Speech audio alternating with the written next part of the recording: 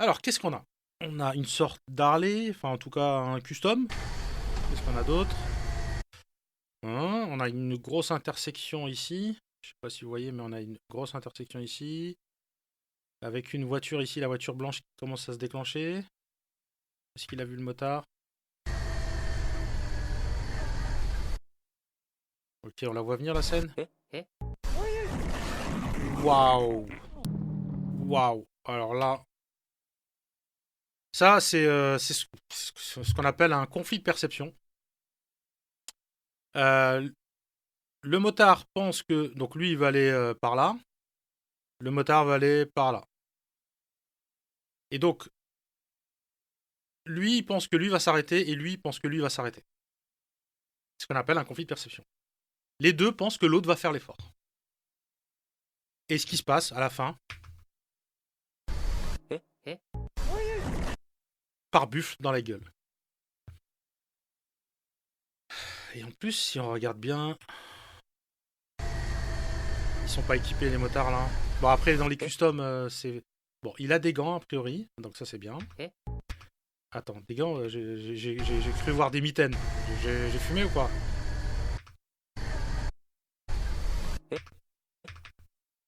Il a des mitaines, ok. Bon, c'est des gants en cuir, mais des mitaines. Elle aussi, elle a des mitaines. Les bras, pantalon de ville, chemise canadienne, enfin de bûcheron. En plus, ici, alors, je sais pas si vous vous rendez compte, mais alors, sa copine derrière, là, elle fait ce qu'il y a de pire en moto duo.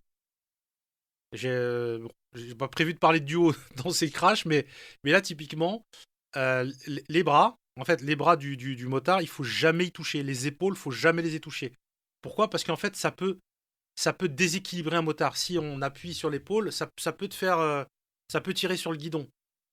Et là, la façon dont elle s'accroche, c'est, c'est ce qu'il y a de pire. À la limite, elle le prend par la taille si elle veut, mais là, ils sont en train de cumuler plein d'erreurs de leur côté. Donc erreur de jugement, erreur d'équipement, erreur de posture. Enfin bref, là ils sont en train de tout cumuler. Mon objectif c'est pas de critiquer tout le temps les motards, mais c'est de mettre en avant les erreurs pour que chacun d'entre nous évite ces mêmes conneries. Et là, enfin ouais, là c'est, tu vois, là avec ces beaux ongles là, bah, là, je suis désolé, en moto, si t'as pas des gants, là ces mitaines, ça va pas l'aider, hein. Et ouais, boum, plein fouet, plein fouet. Je répéterai jamais assez. Je sais dans les commentaires, on me dit souvent, ouais, mais Tiki, machin, il y a le code de la route, c'est pas pour les chiens, tout ça. Moi, je suis désolé, hein. Euh, le motard paye toujours la note, qu'il soit en tort ou qu'il soit pas en tort. Donc, pour moi, si une voiture s'engage, mon rôle à moi, c'est de faire en sorte que je rentre à la maison. Et si pour ça, je dois freiner et je dois laisser passer, eh ben, je laisse passer, c'est pas grave. La preuve, là, ils se sont imaginés que la voiture allait s'arrêter. Il y a un pare-buff devant, la voiture, elle a que dalle. L'Harley, elle est morte. Eux, ils se sont blessés. Enfin, bref. Voilà, là, il y a un pare-buff devant. C'est un 4x4.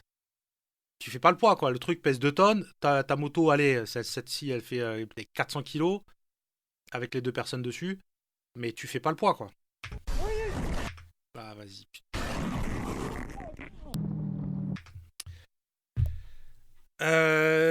Là, c'est un florilège d'erreurs. Donc, de posture, d'équipement, de jugement.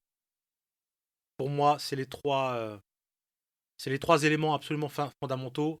Et de ne pas oublier que à moto, on est personne. Personne nous voit. Tout est designé pour nous buter.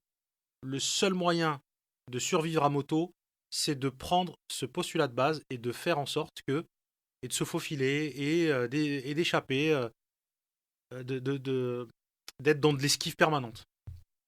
Et donc là, il avait vu la voiture, mais il s'est dit qu'elle allait s'arrêter. Et moi, ça, c'est une erreur de jugement. Il ne faut jamais se dire que les voitures vont s'arrêter. Il faut toujours se dire que la voiture ne va pas s'arrêter. Et tu fais en sorte comme si elle s'arrêtait.